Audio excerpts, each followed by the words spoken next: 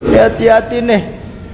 Ini ada gerakan sekarang anti maulid, gerakan anti tahlil. Bahkan teman-teman saya itu, saudara-saudara kita, Pak, pernah nanya sama saya, Sauki, apa? Memangnya ruh dibacain Fatihah pahalanya nyampe? Saya bilang nyampe, Pak. Apa dalilnya? Nggak usah pakai dalil, Pak, nanti kita jadi perang dalil. Kalau Bapak nggak percaya, Bapak mati aja duluan, saya bilang. Ntar saya kirimin Fatihah. Kalau nggak nyampe, balik lagi kasih tahu. Lo kalau khilafiyah kita perbesar, Pak, sampai kiamat pun nggak akan selesai. Bener? Makanya Al-Quran memberikan jalan tengah. Apa jalan tengah yang Al-Quran ajarkan? Lana a'maluna walakum a'malukum. Jadi buat saya yang senang maulid kita di Pekanbaru, bagus, terusin. Baginda Nabi senang. Yang nggak suka maulid juga udah diam-diam aja, Pak. Nggak usah pakai ngata-ngatain yang maulid dan bakal masuk neraka. Dikit-dikit neraka, dikit-dikit neraka. Emang neraka punya bapak moyangnya? Hati-hati nih, hati-hati. Nih kita di tempat kita nih di Pekanbaru ini masih banyak ulama-ulama, masih banyak guru-guru.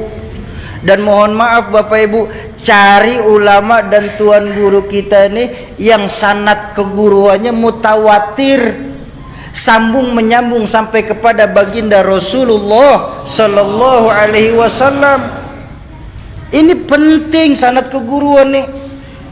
Makanya saya agak kurang setuju ketika ada yang bilang bahwa hukum Islam itu cuma dua, kembalikan kepada Quran dan Sunnah.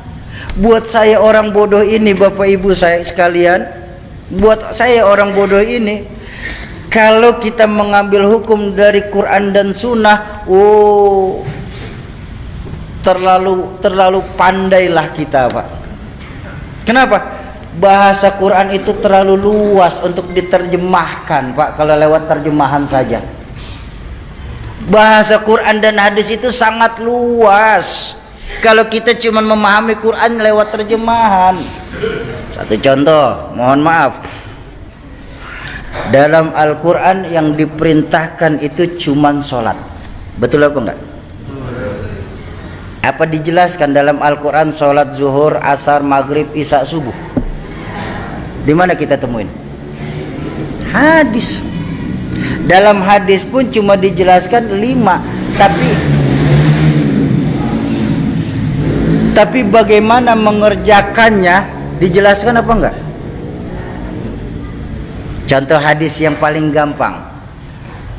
Baginda Nabi bersabda dari Imam Ahmad, "Shallu kama ra'aitumuni usolli." Salatlah kamu sebagaimana kamu melihat aku sholat. Ini kalau kita terjemahkan ya. Mohon maaf saya tanya, ada di sini yang pernah ketemu Rasulullah? Ada yang pernah duduk di belakang Rasulullah? Terus bagaimana kita tahu sholatnya Rasulullah? Dari guru-guru kita yang ngajarin kita. Ini loh pentingnya. Makanya hukum Islam itu bukan cuma 2 tapi 4. Ada Quran, ada Sunnah, ada ijma, ada qiyas. Yang nggak ditemukan di Quran bisa kita temukan di hadis. Yang nggak ada di Quran dan hadis bisa kita temukan di dalam ijma. Yang nggak ada dalam ijma bisa diqiyas melalui ulama-ulama kita. Bayangkan untuk memahami untuk berijtihad satu hukum, ada syarat ijtihad, Pak. Paling tidak dia harus hafal 30 juz, 114 surah, 6230 sekian ayat. Selesai? Belum.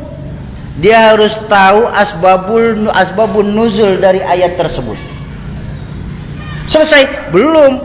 Dia harus mengkhatamkan minimalnya 3 tafsir Al-Quran yang masyhur. Tafsir Jalalain, tafsir Ibnu Katsir maupun tafsir Tabari. Silakan. Selesai? Belum. Dia harus belajar asbabun nuzul. Untuk tahu asbabun nuzul berarti harus belajar hadis. Untuk tahu kedudukan hadis kan harus belajar mustalahul hadis. Untuk tahu mustalahul hadis ya tentu harus belajar asbabul wurud. Untuk tahu asbabul wurud ya harus belajar fikih. Untuk tahu fikih yang ngaji sama ulama-ulama yang ada sekarang. Jangan ngajinya sama Mbah Google.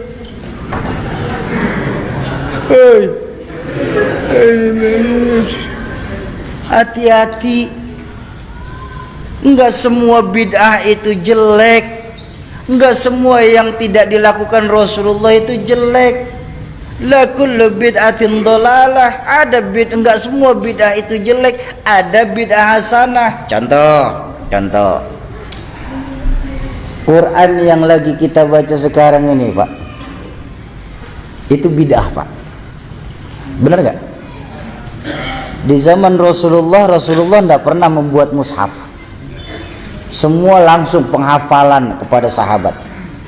Cuma ketika Rasulullah wafat di Khalifah Umar bin Khattab, banyak sahabat-sahabat hufaz pada meninggal dunia karena perang. Sebagai khalifah, Sayyidina Umar ini berpikir, nih kalau kayak begini Quran akan hilang karena banyak sahabat hufaz yang wafat. Lalu dibikinlah satu ide untuk memushafkan Al-Quran. Bahkan Sayyidina Umar sendiri berkata, hadza bid'atul hasanah. Ini sebaik-baiknya bid'ah. Bid'ah tapi masih baik. Jadi tidak semua bid'ah itu jelek, Pak.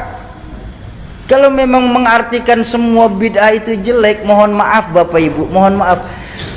Ini muka kita muka bid'ah loh, Pak. Zaman Nabi nggak ada potongan kayak kita, Pak. Bid'ah tuh operasi plastik. Handphone yang Bapak Ibu pegang itu bid'ah tuh. Nabi nggak pernah pakai handphone kok. Bener? Buang. Ganti kaleng susu, sambungin benang. Ngomong dah tuh, halo. Ayolah kita sesama Islam nih, kita saling asuh. Jangan sama-sama kita malah saling gasak, gesek, gosok. Sudah waktunya kita nih sekarang meluruskan saf, merapatkan barisan. Musuh kita sekarang sudah jelas, Pak. Apa musuh yang paling nyata? Sekularisme dan liberalisme. Jadi selama mereka bersyahadat Tuhannya Allah, Nabinya Muhammad, merekalah saudara kita. Setuju? Jangan suka kita mengkafir-kafirkan. Ingat dakwah baginda Nabi itu mengislamkan orang kafir. Kok malah sekarang ini mengkafirkan sesama Islam? Ayo dalam berdakwah, yasiru wala tu'assiru. Kalau ada yang mudah jangan disulitin. Basyiru wala tunaffiru. Gembirain, jangan malah ditakut-takutin. Itu dakwah baginda Nabi. Kenapa beliau itu sukses? Karena beliau itu juga sebagai contoh dan panutan. Beliau sebagai contoh dan panutan buat kita. Jadi nggak bisa kita samakan dengan diri kita dengan baginda Nabi. Dan wajar ketika baginda Nabi itu diperingatin maulidnya, Pak. Jadi nggak ada istilah itu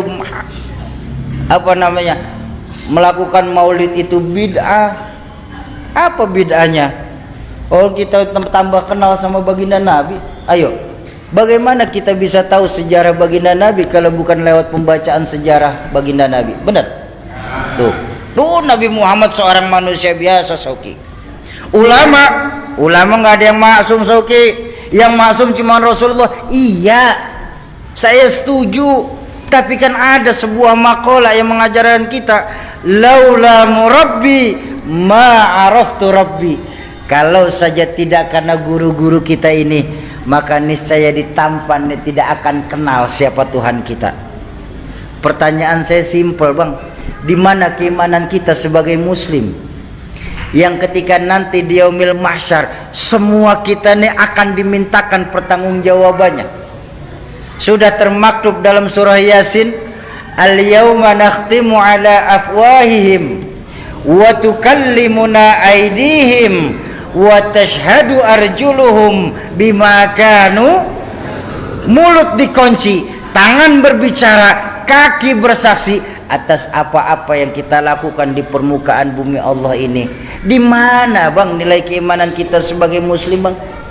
yang ketika nanti Allah Qadi Rabbul Jalil, Allah akan bertanya kepada masing-masing kita, kamu orang tampan yang katanya Islam, di mana posisi kalian ketika kalian tahu agamaku lagi dihina-hina? Kamu yang katanya pecinta kekasihku Muhammad, di mana posisi kalian ketika kalian tahu di dunia ini kekasihku lagi disamakan dengan Insinyur Soekarno? Dan kalian yang ngaku-ngaku sebagai muslim, di mana posisi kalian ketika kalian tahu para wali-waliku di dunia ini lagi dicari-cari kesalahannya?